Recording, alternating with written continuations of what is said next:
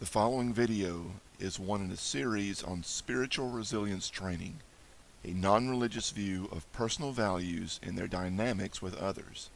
The contents reflect a variety of principles and practices of systems theory and relational counseling for team building and family resilience. Although the series is intended to support Army Corps values, each video also encourages the viewer to reflect on their current prominent values in specific situations and to consider what values may be more appropriate to means and results that are honorable and helpful with others. Chaplain Dillard initiates creating and posting these videos. Their contents and YouTube's linked videos do not necessarily reflect specific beliefs, practices, requirements, or endorsements of the Department of Defense, its subordinate organizations, or other groups with which Chaplain Dillard is affiliated. Welcome back. We're continuing our series on individual spiritual resilience by greater self-awareness of our values, because values really fuel everything. Values that we have, things that we love, and things that we want to have in our life, that creates our beliefs, that overflows into emotions, it affects our behavior, which overflows into relationships. So values really is the heart, pardon the pun, of everything that comes out of us and into our relationships. Last week we looked at grafting our current values kind of from head to toe, or wherever you want to start, whichever is most prominent with you. I started with the head because I consider myself to be emphasizing intellect over issues of feeling or emotion and action. I'm not saying that's right, I'm saying that's the way I tend to act and live. This week we're going to look at picturing those values or graphing values the way we believe that we should be.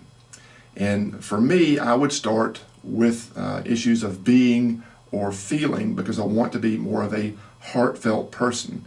And so I would graph those as values of trust and care. I would start there, but I don't want to give up my intellect because I believe that is legitimate. And so for me, the second areas of values would be thinking values. One of those would remain logic, but the other would be learning, which is very different from understanding. Understanding is something that I'll never fully achieve, but that's about me. Learning is about listening to others and hearing what they say, discerning my environment, focused less inwardly and more outwardly. So it's less about self and more about my relationships and others. And lastly, on the action, I want to be more of a person of perseverance and service. If you remember from last time, perseverance was one of my goals, but the size of the heart here is greater than before because I want to be even more persevering. But I've changed from the value of caution. I don't want to be so cautious in my actions. I want to serve. And I'm implying in that I know when I serve others, I'm going to make mistakes. I'm going to, if I'm not totally cautious, and I'm not talking about throwing care to the wind, but if I lean forward with only an 80% understanding, if I lean forward with less perseverance and I want to serve people, I know that it's not going to be perfect. So I don't want to have the value of perfectionism. I don't want to have the value of caution. I want to have the value of service to others in ways that help them in honorable ways. So now that I understand a little bit about who I am currently and who I want to be, what do I do with that? Well, we need to define those values to describe the appeal of a current prominent value. For example, understanding, perfection, and caution. Those are things that I currently value. I'm not taking all six. I don't even have to take all three on one side or mix them up. But I need to understand, why do I value these things? Why are they important to me? Have they come to me because of my culture? Have I made decisions based on past successes or failures? Were they given to me by osmosis through my family? I want to really evaluate where they came from and the current impact of those in my life so I can make informed choices about whether I want to keep them. I also want to describe the appeal of a value that I want to strengthen instead, prominent or not. Here I've listed three I chose to show the same ones that I want to kind of get rid of or on the same side, and the new one so you can see the changes. You can flip back and forth there, or put it in reverse and watch that if you want to see. Some of them are subtle differences, like the difference between understanding and learning. As I said previously, understanding is about me. Learning is about others in my environment. I don't want to be so cautious in my actions. I want to focus more on service, because again, caution is about my mistake. Service is the positive impact on others, so it may just be a matter of focus.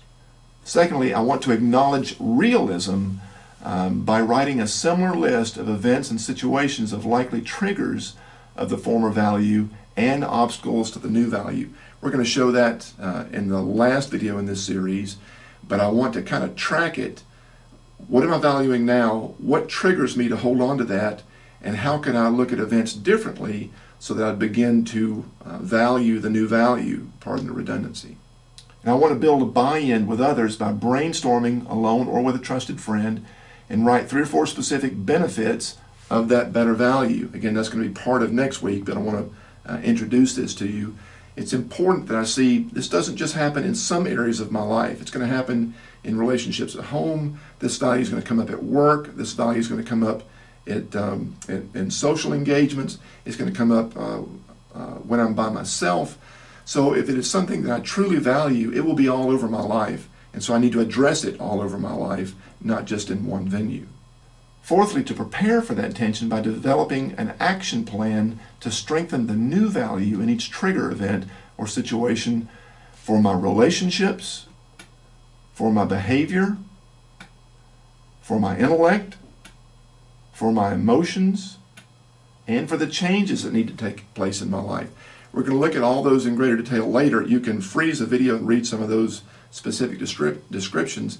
Basically, I'm talking about the whole person, that we need to get down to the nitty-gritty about the ways that we think, what we feel, what we do, how that overflows into our relationships, and the specific changes that need to be made so that those changes last in ways that are truly helpful and honorable.